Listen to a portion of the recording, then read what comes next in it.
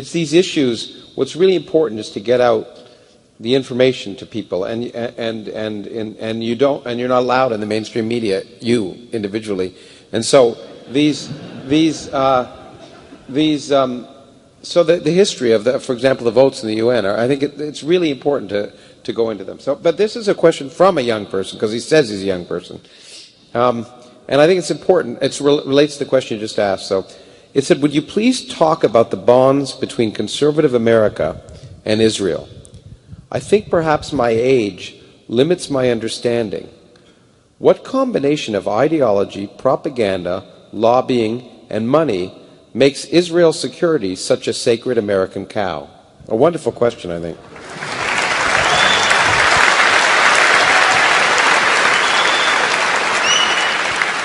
Well, it's a good question, but and these are important factors. I mean, let's start with what's called conservative support from Israel. At first, I think some kind of semantic hygiene is useful. There's really no conservatives in the United States. The people who are called conservatives are radical statists for the most part. That's very different from... there are a few genuine conservatives, which means something like classical liberals, but not many. What are called if you take a look at what's at the Republican Party today, which is the strongest, extreme support for Israeli policies, they have a popular base. A large part of the popular base is Christian evangelicals.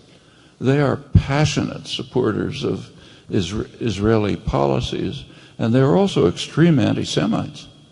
If you take a look at they don't say it, but take a look at the doctrines, like the dispensationalist doctrines. Yeah. They're looking forward to a battle in Armageddon, where everybody gets murdered and the saved souls rise to heaven. What happens to the Jews? Well, according to some of these versions, 160,000 of them find Christ in time and they're saved. The rest are condemned to eternal damnation. How can you be more anti-Semitic than that? And in fact, but their support for Israel is because partly, interpretation of the Bible, interpretation of the Book of Revelations, and so on and so forth, which leads them to strongly support Israeli crimes, to the extent that, Israel welcomes the support, but it also tries to control them. Like when they try to blow up the Temple Mount and so on, Israel doesn't think that's a good idea, so they block them. But why is the Republican Party, why does it have a popular base like that? That's part of its popular base.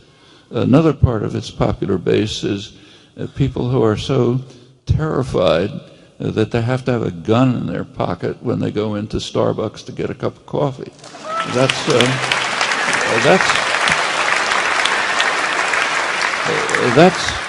something that goes way back in American history. This has always been a very frightened country, and for pretty understandable reasons. From the very beginning, there were real threats from the people we were suppressing. The Indians could fight back. Black slaves might revolt. After the Haitian Revolution, there's a huge fear. So everybody has to have a gun. We have to protect ourselves. And it goes on and on. Well, that's a large part of the base of the Republican Party. Another part is the nativist element. If you look at the demography of the United States, the white population will soon become a minority. The phrase that's used is, they are taking our country away from us. Yeah. They being all of those bad people. And that's a big part. It's an element in American society. These sectors have been mobilized by the Republicans roughly in the past 20 years for a very good reason. The Republican Party, since about 1995, has stopped being a parliamentary party. It's off the spectrum. They are so dedicated to service to the extreme wealth and corporate power that they cannot get votes by putting forth their own programs. So they've turned to other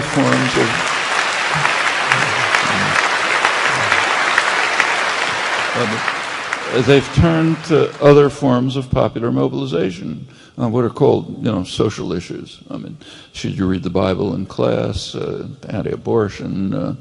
Should you prevent blacks from voting? Whatever it may be.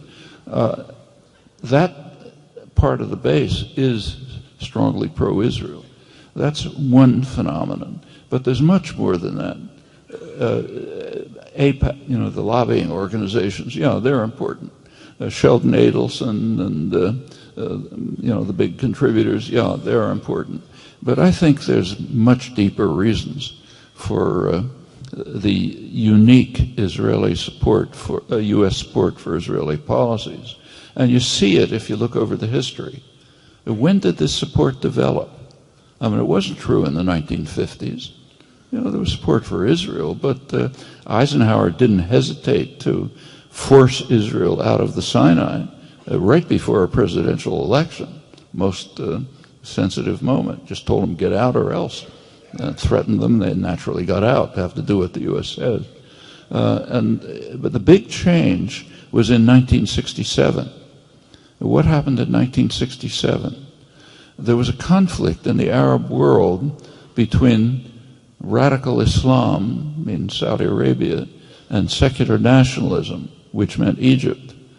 The United States pretty consistently supports radical Islam, just as the British did in the day when they ran the place. Secular nationalism is considered a threat. It might move towards independence, and that is intolerable if you're trying to run the world. Running the world is, for good reasons. You could go into it, but it is intolerable. And radical Islam has been more under control. Well, in 1967, Israel administered a lethal blow to secular nationalism. They smashed Egypt, which was the center of it. Big gift to Saudi Arabia. In fact, there was a war going on at the time between Saudi Arabia and Egypt, a kind of a proxy war in the Yemen, and Israel settled it in favor of Saudi Arabia, the main U.S. ally, the extremist, most extreme Islamic radical state, but it's where all the oil is, so that's been the U.S. ally since the 1940s. This was a major gift to the United States and its ally. You take a look, that's when American aid to Israel shot up. In 1970, you may recall, there was the government of Jordan initiated a military campaign against the Palestinians in Jordan, a real massacre. It looked for a while as if Syria might move to protect the Palestinians. The U.S. didn't want that. The U.S. was completely embroiled at that time in Southeast Asia, couldn't do a thing.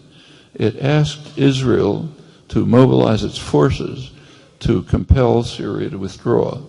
They did, and the U.S. aid to Israel quadrupled that year. And so it continues.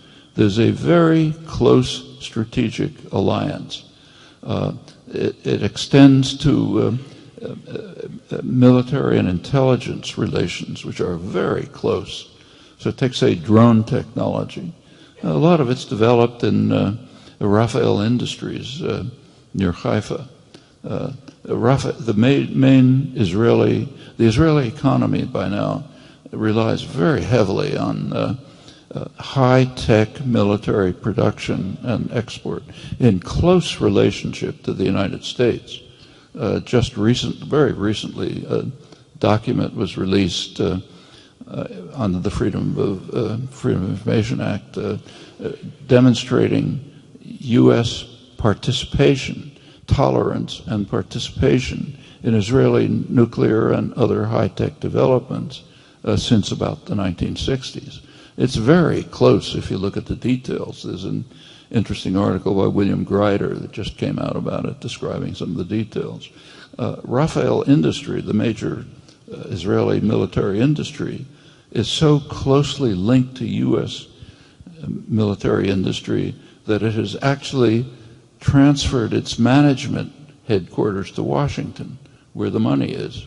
In fact, one of the most interesting exposés from WikiLeaks listed high-level strategic locations that the United States ranked as necessary to protect at all costs.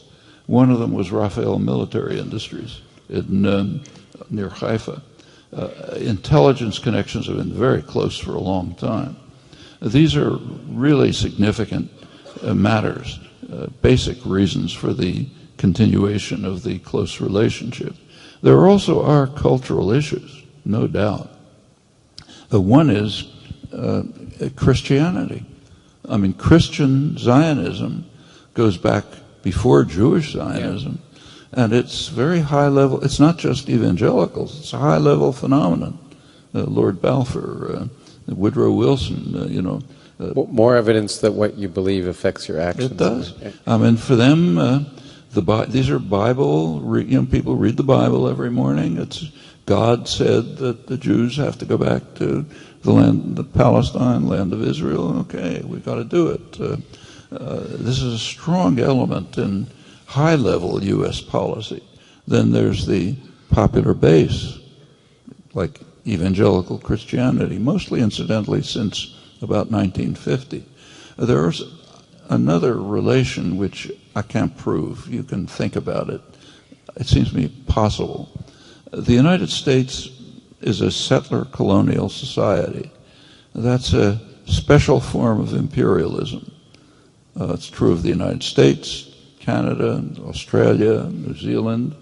Specific form of imperialism which you don't just rule the colony, like say the British in India, but you eliminate the population and you settle it. Unique form of imperialism. We're a striking example of it. Well, what's Israel? It's a settler colonial society. I suspect that resonates with Americans. They're doing what we did, so it's got to be something right about it, because we did it, I can't. Okay. There